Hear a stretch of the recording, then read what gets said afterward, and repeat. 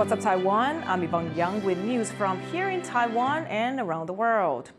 Taiwan's defense ministry says over 100 Chinese military planes were spotted operating around the country between Sunday and Monday.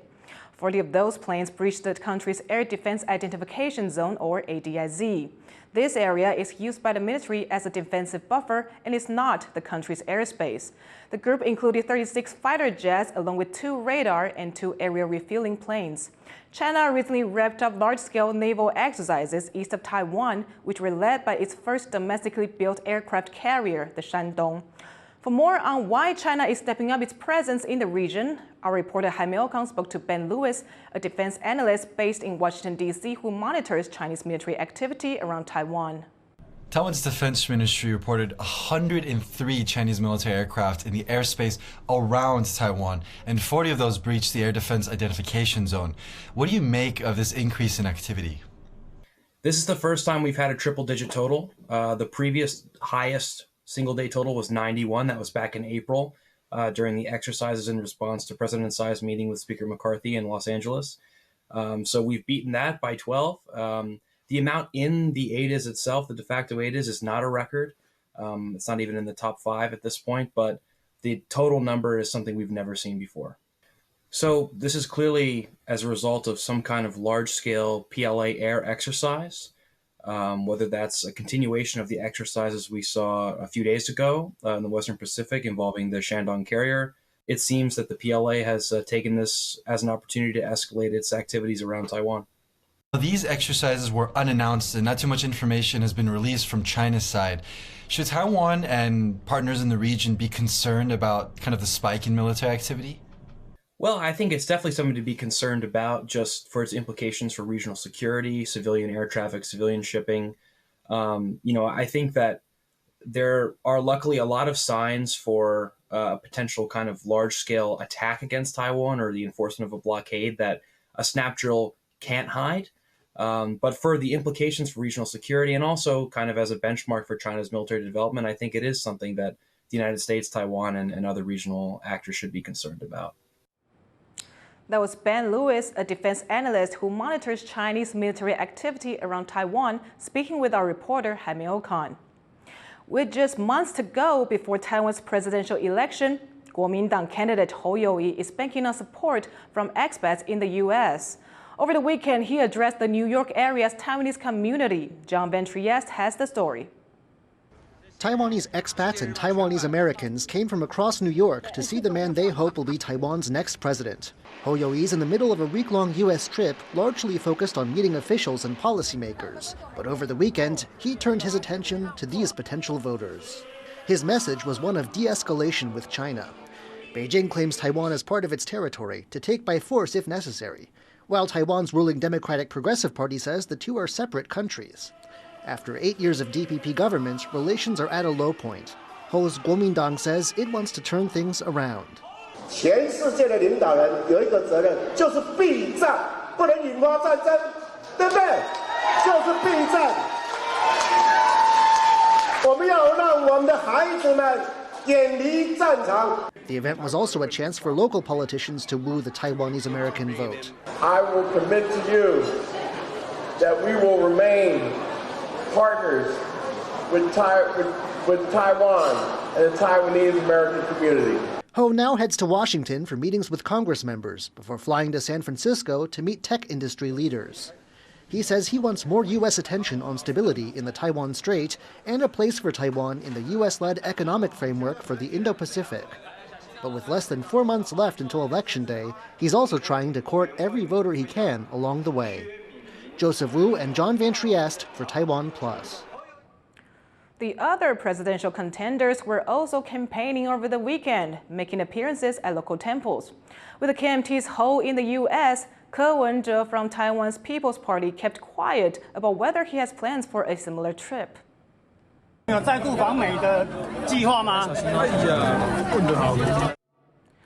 Meanwhile, ruling party contender Lai Ching-te focused on his plans for dealing with natural disasters. The country saw 3 typhoons recently, with heavy rains triggering flooding in many areas. 我全面徹底檢討咱每一個縣市目前防灾标准设一个平台，中央和地方政府安尼来检讨。 Foxconn founder Terry Guo is getting ready to launch a petition that would allow him to run in January's presidential election. Guo and his vice presidential pick, Candidate Lai, registered for the petition with the Central Election Commission on Sunday. They need to hand over just under 290,000 signatures in support of their ticket by November 2nd in order to officially enter the race. Lai will also have to renounce her U.S. citizenship before November 24th to become Guo's official running mate. It usually takes between 3 and 6 months to complete this process. 在我们没有见面之前，我就已经知道了。我们有把握在法令规定日期之前完成一切的合法手续。 Taipei is hosting the top judges from 66 countries for their annual conference. Our reporter Joyce Deng was there as they celebrated a special occasion. One of the largest gatherings of the world's judges is in Taipei for their annual meeting. And on the agenda is how judicial power should be adapting to a changing world, with things like work from home and also changing data protection laws. Now, this isn't the first time for Taiwan to be hosting the group. That meeting came over 2 decades ago, where they also passed a landmark unanimous decision to adopt their universal charter to safeguard the independence of judicial power, separate from the other branches of government. President Taiwan to speak to us. Madam President, good morning. And this year in Taipei, another milestone is being celebrated, the association's 70th anniversary. Taiwan's President Tsai Ing-wen is here, who also studied law. And the occasion's guest speaker is Morris Chang, the founder of world-famous chipmaker TSMC. Chips manufacturing is a crucial industry. It is also the only crucial industry where Taiwan has a leadership position in global competition. Taiwan needs to defend its leadership position. As to why Dr. Zhang was selected to address the judges, the Secretary General of Taiwan's Judicial Association told me that there's no better person to showcase Taiwan's international importance and contributions. In both business and law, Taiwan's democratic values are on display. And that principle of freedom is exactly what these judges are trying to secure in the decisions that they make. Howard Zhang and Joyce Sen in Taipei for TaiwanPlus. The ongoing controversy over egg imports is proving hard to crack. The Ministry of Agriculture says it will inspect over 4,000 Brazilian egg products in case of misprinted expiry dates. 54 million imported eggs will also be destroyed. The awarding of government contracts to help boost Taiwan's egg supply has had opposition parties crying foul. There was further confusion over whether the Agriculture Minister Chen Ji-zhong has stepped down to take responsibility. The cabinet later clarified he had apologized but not resigned over the matter. Police in the central county of Nantou raided a tea garden suspected of hiring runaway migrant workers. 2 migrant workers were seriously injured as they jumped 20 stories to avoid detection. Bing Wang reports. Police raided a tea plantation in central Taiwan suspected of hiring undocumented migrant workers. 3 of the workers were captured on film running from the authorities. 2 of the 3 were severely injured after jumping 60 meters off a cliff. The 3rd worker is still on the run. 那目前该3名移工为何逃逸？是否涉及不法？警方将深入调查厘清案情。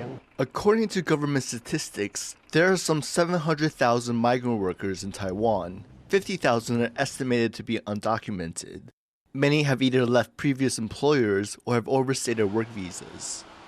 Essential to the economy, migrant workers do jobs in family care, the fishing industry, and in factories. They work for lower salaries and often under harsh conditions. Police commonly raid places believed to be hiring undocumented workers, leaving them with a constant fear of deportation. But many take the risk not just to escape poor treatment by previous employers, but also the high fees they must pay to job brokers. So if the migrant worker dare to fight, dare to argue about the placement fee, then they might be blacklisted by the broker, and then they might get no job at all. And that's why lots of the migrant workers lose their job, become undocumented. Recent demonstrations in Taipei have called attention to the plight of migrant workers, asking for officials to improve the conditions of their employment. Until that's resolved, activists say Taiwan may face a decline in a vital section of its labor force. Alex Chen and Bing Wong for TaiwanPlus. The country is experiencing its worst outbreak of dengue fever in nearly a decade. The majority of cases have been reported in Tainan. As Eric Gao reports, the southern city has been stepping up its fight against the disease.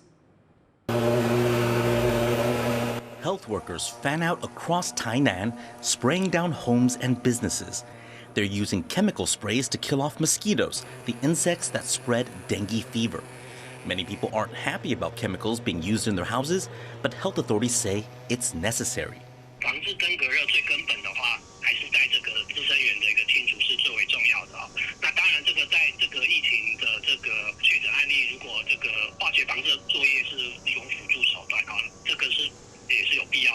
Taiwan is seeing its biggest outbreak of dengue in almost a decade. The country has seen nearly 8,000 cases so far this year. The vast majority, over 7,000, have been recorded in Tainan alone.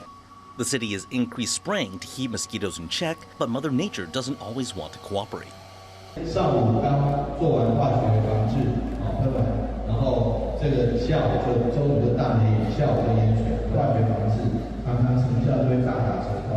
Tainan is almost done with its spraying efforts, but there are a few households that refuse to cooperate. At least 2 of these homes have been fined over $1,800 for not complying. The city government says all residents must do their part to fight dengue. And starting Monday, Centers for Disease Control Deputy Director General Luo Yijun will spearhead the city's dengue response task force, hoping to get the outbreak under control before the Mid-Autumn Festival later this month. John Su and Eric Gao for TaiwanPlus. Ocean trash is a big problem in Taiwan, with waste piling up on beaches and in harbors. But there may be a solution, Sandy Chi reports. This is just a tiny portion of the 8 million tons of trash that end up in the world's oceans each year.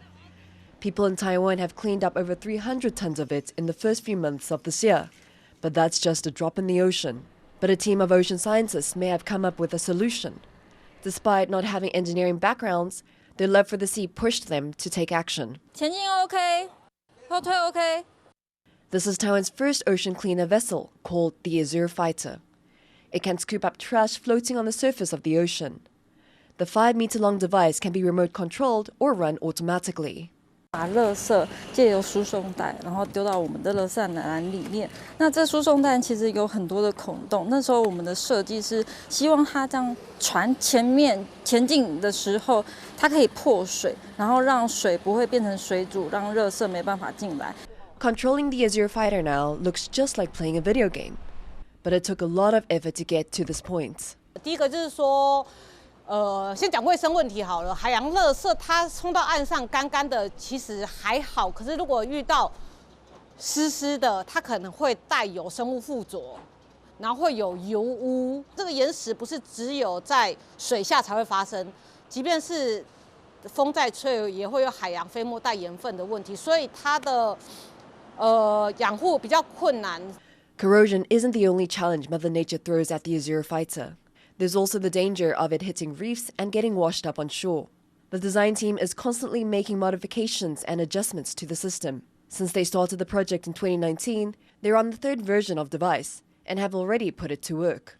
In 2022, the team used the Azure Fighter to clean up 5 tons of ocean trash. They're looking to continue improving the system and push for a clean and beautiful ocean around Taiwan. Chris Ma and Sandy Chi for TaiwanPlus. Thank you for watching What's Up Taiwan. You can find more of our stories on the TaiwanPlus app and our social media.